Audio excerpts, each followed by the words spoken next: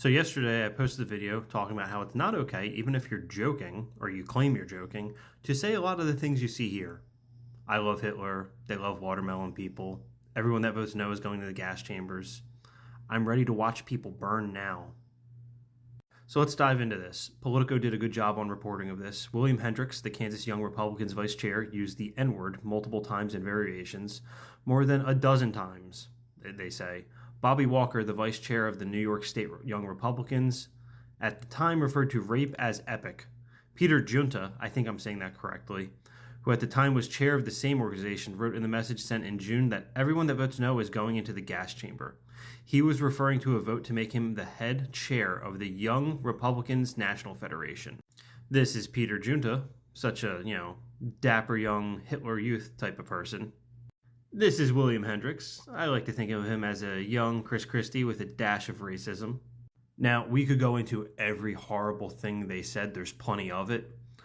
But I think it's important to mention, in a time where Republicans don't take, they don't take responsibility for any of the bad shit said in their party, the Kansas Young Republicans have been shut down after Politico's report.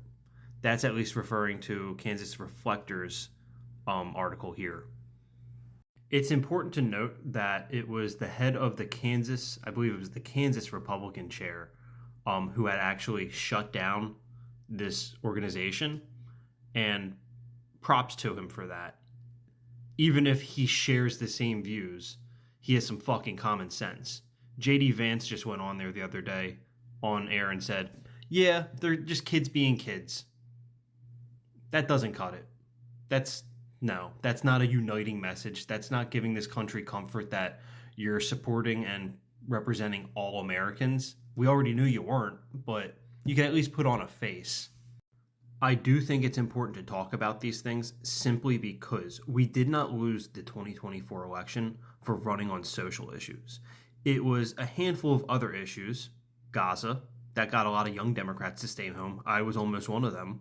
And just a slow economic recovery. It had nothing to do with representing trans people, LGBT people in general. It had nothing to do with talking about social issues involving race, criminal justice. No, it was about the economy and Gaza.